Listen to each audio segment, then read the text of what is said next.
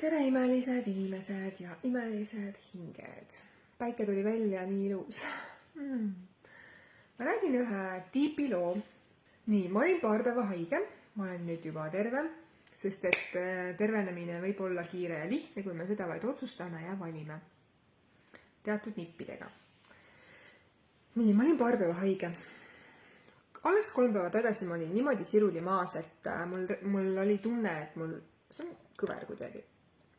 Mul oli tunne, et mul silmamunad hüppavad peast välja, otseses mõttes need olid lihtsalt nii kuumad ja valutasid ja terve pea valutas ja oli nagu külm ja kuum ja kõik korraga. Ometigi palavik oli 37,1 kraadi.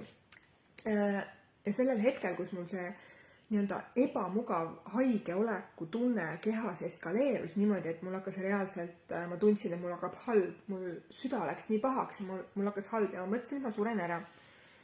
Ja ma jooksin ruttu voodisse ja koorisin oma need paksud riided seljast ära, ma tahtsin, et mul soe hakkaks. Ja võtsin ruttu vett ja ma ei tea, tahtsin ruttu õhku saada, siis ma mõtlesin, et okei, nüüd ma jälle suren ära, onju. Mul on seda tunnet varem veel olnud, ma olen sellega tegelenud. Ja see eskaleerus selleni, et ma tundsin, et okei, mul hakkab tulema surmahirmu paanika. Surmahirmu paanika hoog, ehk siis ärevuse hoog, paanika hoog, mille taga on siis surmahirm. Kui ma varasemalt selle sisse olen vaadanud, siis ma näen, kust see tuleb. Sellel on konkreetne juurpõhjus. Ja seekord mul oli samamoodi, et okei, kas ma pean jälle sellega tegelema. Ma omast arust tegelesin selle ära, ma omast arust lahustasin selle ära. Energeetiliselt vabastasin selle ära. Tegin selle juba läbi, et nagu kas nüüd ikka veel on midagi on veel alles. Ma sain aru, et okei. Ma olin siis seal voodis niimoodi, nagu mõtlesingi, et okei, ma seekord ei võta telefoni kõrvale ja ei hakka helistama 112. Eelmine kord oli küll tunne, et ma hakkan helistama. Ma siis ei saanud seda juurpõhjust kätte ja ma ei näinud täpselt, mis seal on. Ja seekord ma sain aru, et okei, ma pean selle tundega tegelema, siis tunnen, kuidas tuleb see ärevuse hoog, see surmahirmu ärevuse hoog, et nii, nüüd vaikselt sured ära, no totaalne. Kui keegi on kunagi ärevust või ärevust või paanika hoogu kogenud, siis ta teab, mis see tähendab. See on lihtsalt nii rõve tunne, et ma ei soovita seda mitte kellelegi. Ma olen oma elus kogenud neid varasemalt, mitte viimasel ajal enam ammu, aga varasemalt kogenud päris tihti. Mul on olnud paanikahood, ma ei tea, poejärjekorras, kuuma ilmaga palavas autos, lennuki, ma ei tea, ootejärjekorras, kus sa pead ootama, sa ei saa edasi ega tagasi. Ja kinnistes ruumides tuleb selline vastik tunne, et ma ei saa põgeneda, ma pean olema siin ja ma suren ära. Kui sa oled kunagi midagi taolist kogenud, siis sa tead, millest ma räägin. Ehk siis täna ma saan aru, et nendel on väga spetsiifilised juurpõhjused. Me ei koge paanika ega ärevuse hoogu niisama, tuleb välja kaevata juurpõhjus, mis on selle taga. Enamasti ongi selle taga mingisugune surmahirm. Minul oli ka surmahirm. Ja tuleb nüüd sellest ka veel minna sügavamale, et kust see surmahirm tuleb, kellele see kuulub ja kust on see saanud alguse. Sest surmahirm ei tule niisama lambist sellisel kujul, et ta tekitab nagu ärevuse hoogu. Ja selline võimas ärevuse hoog, sul, ma ei tea, higi hakkab tilkuma, keha läheb kuumaks, külmavärinad tulevad ja sul on selline tunne, et sa kohe sured ära, no totaalselt nagu. Nii. Ja kui mul siis seal voodis oli halb olla, ma tundsin, et okei, nüüd hakkab tulema jälle. Ja siis ma sain aru, et okei, ma panin silmad kinni, küsisin, kellele see kuulub, kas see kuulub minule või see kuulub minu emale, sest ma olin eelnevalt juba selle teemaga tööd teinud ja ma teadsin, kus on see juurpõhjus. Seal oli niimoodi, et 50% oli see tegelikult minu oma, kuna ühes oma eelmises elus ma olin noorelt ära surnud, siis mul oli kogu aeg tunne, et kui ma olen väga haige, siis ma suren jälle ära. Selle koha ma olen puhtaks saanud. Ja siis esimene asi, mis mulle nagu sõnumina tuli, ema oma. Sain aru, okei, tegeleme sellega. Panin silmad kinni ja hakkasin hingama niimoodi. Tõmbasin seda oma ema ärevust sisse ja välja hingates siis justkui tema ärevus vabanes. kuna mul oli väiksena selline seik, kui ma olin 9-kuune, siis mul mingi rohu tagajärjel, ma ei tea, tekkis mingi kehas allergiline reaktsioon ja arstid ütlesid, et ma suren ära. Ja siis, kui minu ema nagu mind hoidis kätel, kui ma olin 9-kuune, ja see ahastus ja äng, mis tema sees sellel hetkel oli, kui tema teada sai, et tema laps sureb ära, 9-kuune laps sureb ära, ja nii ongi lihtsalt. Siis see äng ja see ärevus ja see surmahirmu äng, mida tema sellel hetkel koges, võtsin mina väikse lapsena enda sisse 9-kuusena. Ja nüüd ma saan aru tagasi kerides kõikidele oma hetkedele, kus mul on tulnud sellist paanika või ärevushoogu, siis see ongi seotud selle sama asjaga, mul on tunne, et ma suren ära. Ehk siis, kui mul on kehas niivõrd ebamugav, et ma ei saa kas minna ruumist välja või mul hakkab nii vastikult palav ilm on näiteks või mul on kuskil kinnises kohas, siis see on seotud selle sama hetkega, justkui ära suremise hirm. Ehk siis ma sain kätte selle sama pildi, mis minul seda tekitas. Ja ma olin võtnud selle sama pildi siis enda kanda nii-öelda. Ja selle hirmuga ma siis tegelesin, ma hakkasin niimoodi sügavalt hingama ja ma olin justkui oma ema energias. See nagu minuga ei olnudki seotud, ma pidin oma ema rahustama. Minu fookus oli selles, et ma pean oma ema rahustama. Ma nägingi nagu seda pilti, et tal on nagu laps süles ja ta on lihtsalt niivõrd paanikas, et ta lihtsalt nagu, ta ei suuda nagu hakkama saada. Ja ma oma pildis siis nagu rahustasin läbi hingamise oma ema. Ja siis, kui ta hakkas rahunema, siis ma kogu aeg nagu tšekkisin.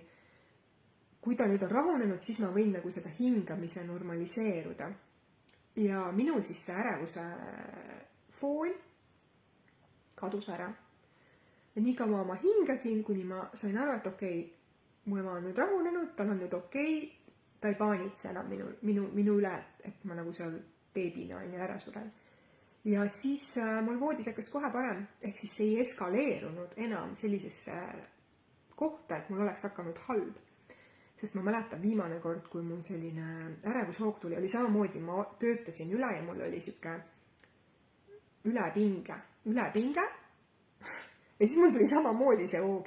Ja siis ma sain aru, kust see tuleb. Sest mul hakkasid tulema mingid erinevad pildid ette. Ja lihtsalt see tugev tunnetus ja taju ja siuke energeetiline äratundmine oli nii tugev lihtsalt. Lisaks sellele ka veel, et mul oli veel seal oma lugu ka veel. Aga nii huvitav, et nüüd ma näen, kui hästi see seostub kõikide nende eelmiste kordadega ka. Ja kui mul kunagi esimesed ärevushood olid, see oli vist päris ammu juba, ma ei mäleta. Ühesõnaga, neid ei ole tegelikult väga, väga ammu olnud, sest ma olen lihtsalt endaga tegelenud ja mul ei ole neid. Aga näed, mingi alge veel oli alles.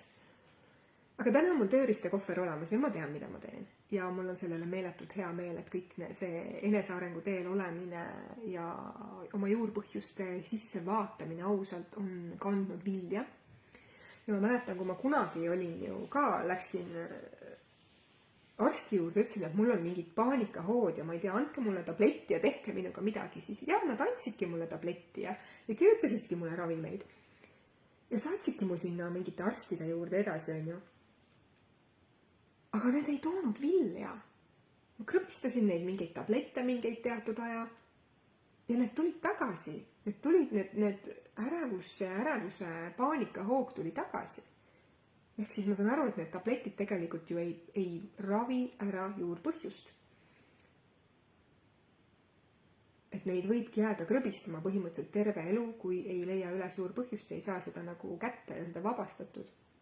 Aga muidugi need tabletid on ikkagi selles mõttes, need ei ole kurjast. Ma ei ütle, et neid ei tohiks keegi võtta. Näiteks minul omal ajal, kui ma ei saanud aru, kui ma üldse ei teadnud, et on olemas juurpõhjused ja hoopis nende poole peab vaatama, mitte tablettide poole, et ma ei tea, üks ei toimi ja teine ei toimi ja kolmas ei toimi ja tobe tablett ja üldse mingi tobe ärevuse asi ja miks see üldse olemas on ja siis oligi see, et tollel ajal need olidki päästvad, sest ma ei teadnud üldse, kuidas sellise tundega hakkama saada, mis teha, kui tulebki selline ärevus ja see, ehk siis need tabletid tollel ajal olid nagu hästi elupäästvad ja aitasid nagu funktsioneerida.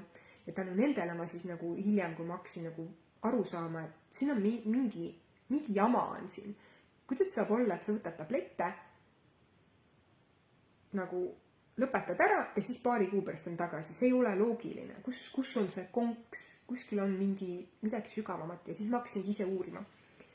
Ja ise uurides saab alati vastused kätte, nii et soovitan sul uurida kõike. Ma ei tea, lihtsalt hakka uurima, kus sul mingid sümptomid tulevad. Ära anna alla ja ära lepi sellega, et need tulevad kuskilt, ei tea kust. Alati on mingi põhjus. Kui sa saad kätte selle põhjuse, usu mind, siis nagu kõik muutub nagu imeliseks, lihtsalt reaalselt. Sinu elu muutub kergemaks, lihtsamaks, loogilisemaks ja maagilisemaks, sest et nii ongi. Ja muidugi on oluline teada, kui on ikkagi mingid sümptomid näiteks, no räägime praegu siis sellest ärevusest, on ju, ärevuse hoost, paanika hoost, et on ikkagi teada on hea teada oma tausta, mis sündmusi sa oled lapsepõlves kogenud, mida sinu vanemad on kogenud, sest tihtilugu me väikse lapsena võtame vanemate energeetikat ja sellist taaka enda kanda ja hea on teada, mida sa lapsepõlves kogesid, et samamoodi saab küsida ka oma vanemate käest, sest tihtilugu 9-6-na mina ju ei mäleta seda. Mina ei mäleta seda. Ehk siis info on olemas, juurpõhjuste info on olemas, kui lihtsalt tahta uurida, kaevata, leida need põhjused, siis tegelikult saab selle juure kätte ja ei pea kannatama selliste veidrate paanikahoogude all.